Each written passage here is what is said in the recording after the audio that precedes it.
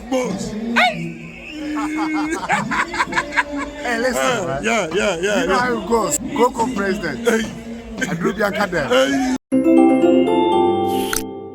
Hey, adeɛ kyi ne yante asɛm for na kyerɛ dɛn kwame ejin kan asɛm. You know the rest. Na ebusia anwasɛm bi esi ɛna kyerɛ sɛ me kyerɛ mint na so. Ɛyɛ asante akyem kuro bi ɛfrɛ na Akutuase ɛna kyerɛ sɛ mebu na ɛwɔ hɔ. Ɛnya asɛm ketewa o. Yɛn nyinaa yɛ nim sɛ sɛ obi firi mu a yɛ na awudie ɛna kyerɛ sɛ yɛ na especially so young saa na ɛyɛ na youth na wɔn pɛ sɛ ɔmo bɔ meka sɛ ɔmo samamo ɛne saa nneɛma no.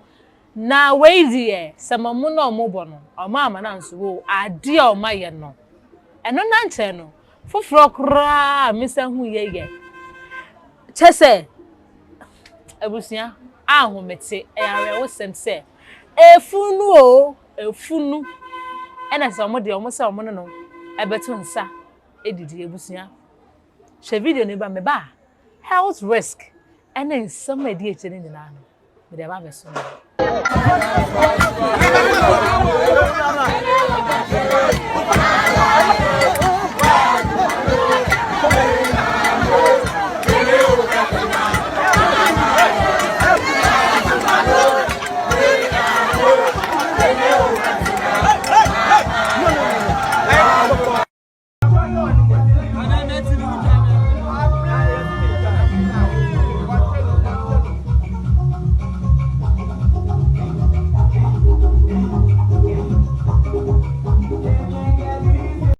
Abusia ade mi hu se mesere na bi hu se mesu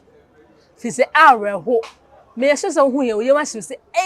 musuo beni ane o de ente sei e na kire se me nim youth ne sisi ana de aba omo ne so kan ne ne nka ye funu daka nte de nipa no wu no so oton aduane ana esa ye ne daka ne se da asan no na ye de na hyem saa pepe na omo ye no na sisi ade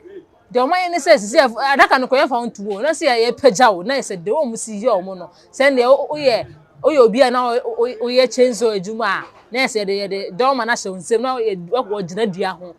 se arewo bisa ho se denti e na omo ye funu ho ejuma no omo na omo kwampo na omo use PPEs omo ehye neoma omo go raw na so no ignorance nti no chese bibia e fa na normal chese say na lewe nkan no a country called Ghana debi ebusia na wonim efunu no onim enu e de form ho onim sa formal na e de form no onim se onim ni effect anka meye sure pa say anka efunu ko ada ho no ma anka ko be pese ngo hefunu ngo sha ngo hwe ne krampo anka obe se no smack and so na go hefunu no Bagana because ye nsia ye parking kind no minipa na ewu ne na obo se fu no mo twe na asra ne abasa ye fa ha ne ye fa na fu ne ye mu na to fom nsuo na efuru no ho ba no onim ne susu so last azim say fu no wo ebia na fu no American was ebia wo AIDS na so wo hepatitis bi wo pode fu ni ne si so onu say fu no so de say fridge mu ansa na ye be yi no definitely ona na nya na nsuo so fi no ho eba enti no wonsuro emu bia na na so kan na chen sa formal American was onim ne health risk ma wotimi nya respiratory diseases enso so no there be we ya o ma pagya ne na o mo de o mo sa to aduane mu we ka se obi ko wo no ma onhoro ne nsa no asa da kwa chia onhoro ne nsa onye aduane ye chiche de no we ne ono ko da ka se menye aduane bi ogie ne de no obedi no ho wa bra no fi se onhoro ne nsa de nti na ese ekwesi ye ba ho na eduso si kwan re ya ho ye nsa na so se enne ba mi bi sa o empenifo eni kromu ono na youth ne yes anya ma we yana empenifo eni kromu ono na youth ne yes anya because se kan say empenifo efun na ya mu de anu kwa mo jama youth ne say mo fanya de o mo pe mu ni say ofunu no su bi na kan say busa do ofunu ada say busa do na o mu do ofunu na esika sam nko a mo mfa ofunu no hu biem mo mfa ofunu no bi mo njin the spiritual effect no kwampo ho mo njin spiritual side no because me menya ntie say o de mo wonu form no mesrem mo de mo mechira ma adwen fa asem we hu say de me kan nya sa na tia because menya ntie say yesu so bi wu a 40 days na de sunsun ne nkoye e da so around so imagine say mu yese because yesu so oni obi nya asem krampo na oni obi nya e wa asem na se nipa ne free mu a onkoye wo besu we ne ye na se ko nim say wo sere no open the year nti na ko bo kwadu nti no sa no otimi ma wonya ba all of a sudden I say ba na be yarefo no wa be bre otimi ma asem to na say do ko asem a ha ko ameka say untusu hu ba bia na say e do ko prison by force bi so I say but enne yen hye sa ne o ma no kra yen hye sa ne o ma no kizikizikizika you da ba ye too much che say e bon ne nsuo hye nko a enu nko na say ye youth no nebusia o de ma men kan comment kakra na manfo bi nemu a o ma kire o ma dwen e fa nsem ne ho no watie bi ehu say sa enye che say obi say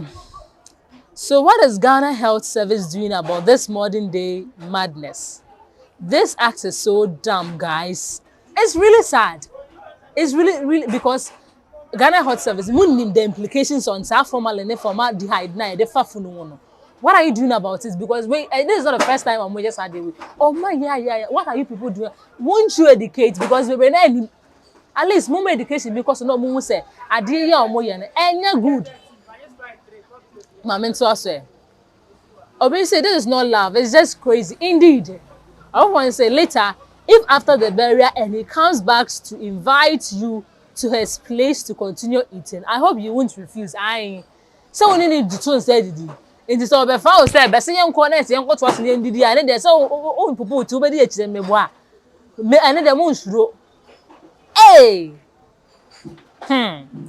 My mentor say these people are insane. My people perish because of lack of knowledge. This is what it means. And it's true. It's so the beginning can born in so hye nko an e man for. E almost say your door we o ma kono no msa na so mudi ni so share by force bi. And omo yes ade we omo ye. Omo we na sa ati omo ni so. Omo we na ati omo ni so. Ah. I will say my me comment in the crime siasen. Fi say de me hu no eh musisem pa ni musisem because omo paja funu yi de omo do so pa abusia ene ekro mo for mo de be de yamo esimusi na de no de ne so de ba kure de nkadwa ne konya nko de be we no mu ala o ma ofife be we ndidi ana asem be ni Ghana. That is Ghana for you. And any funu tun se didi ye paja funu si agongon all because say oh ye do funu no ye paja ni si agongon ejini chief float. Hey. Ebusia aha aye Kofitv GH so that remember Mr. Sound subscribe here subscribe ma me nebo notification button so like share for no onya bi enhwe wa gentry no so no fafa comment section because we dey won say me say wo kwa wa bopusa say na ma bopusa ne say na bobo so bopusa fi say ensem e koso we wiase e bia we pe ne yehu de e koso na chenkro yi ankasa but yesre Ghana Health Service any mpanimfo a mo wo krom say ye de nipa mo hwe muntu mebru no fo emphasize nyoma no ho muntu mebru no fo pa because we and the mo hu say ya de bia anya bibia go health risk na say ya je ho o the spiritual side in the enja masunsumu for no munye omoduma but physical aspect health risk no and enje ho so nipa no HIV a indirectly we so benya bi say cat bi won ho na say won so bi won ho a automatically we benya bi o benya respiratory diseases ninjina we don't think about it ye ndrin kwa chire sabi de enima na say ye ya ade a ye be hu si ye ni youth e okroma say ye ni pe wo ti ye na ye ami fa si ya midin ye ni ekwiya afra komada se ne ye be se Koko president no nye se din hunu bi keke se de osi di koko so ti ne di koko president ya man se koko ayewa wo ye MP umpasu ya so no ada se ye oto ana se obema mo ne koko lesi a ye umpasu ya so se umpasu ya so MP upese obi bia akoso wo umpasu ya so de a e se obo president ya mane wo tu ase no Fisesi wa me boy president na mane na ye MP ne koko no e won pasua so na wunka hwe a won pasua so be ye basa enti be bo president amane what dey me kire no